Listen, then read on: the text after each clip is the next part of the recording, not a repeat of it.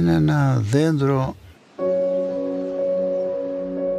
καρποφόρο δέντρο που χρονολογείται από τους προϊστορικούς χρόνους, από την εποχή του Μήνα και πιο παλιά η ελιά ήκμαζε στην Κρήτη.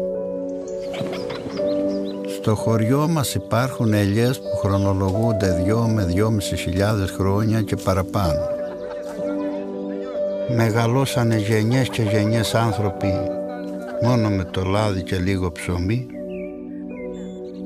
Είναι αναπόσπαστο κομμάτι από τη ζωή μας. Θυμάμαι μια ιστορία κάθε φορά που πάμε να μαζέψουμε ελιές. Όταν ήμουνα, από ό,τι θυμάμαι τώρα, 6-7 χρονών,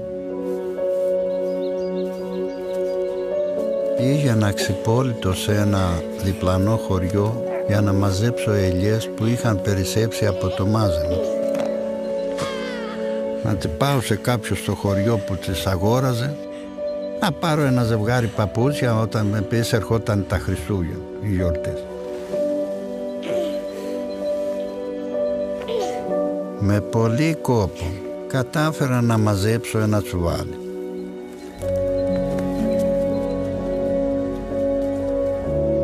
Όταν πήγα να πάρω το τσουβάλι με τον αδερφό μου, άρχισε να χτυπάει η καρδιά μου γρήγορα.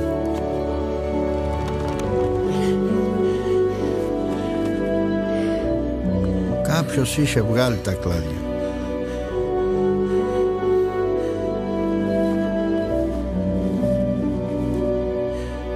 Έλειπε το τσουβάλι με τις ελιές.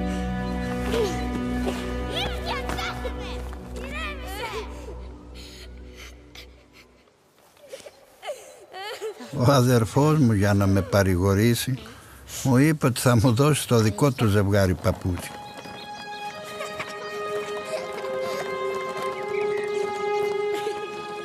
Δεν πειράζει, μου είπε. Η ελιά θα είναι για πάντα εδώ.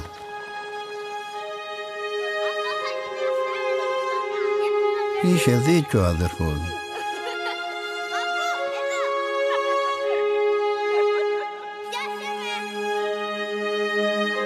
Βαπτίζεται ο δούλος του Θεού Γεώργιος, στο όνομα του Πατρός και του Υιού και του Αγίου Πνεύματος.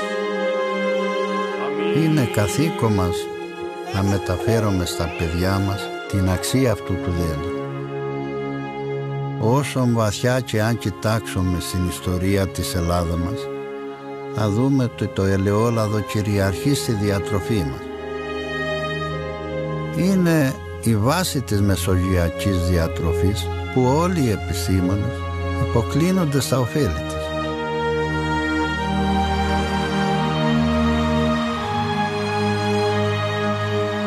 Συμβολίζει τη δόξα, συμβολίζει την ειρήνη.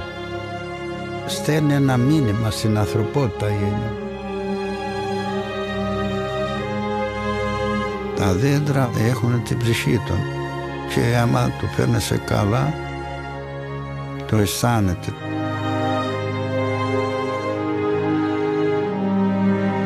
Έτυχε και ευδοκιμή στον τόπο μας και πρέπει να είμαστε περήφανοι και να το σεβόμαστε και να το αγαπάμε όπως έχουμε τον εαυτό μου.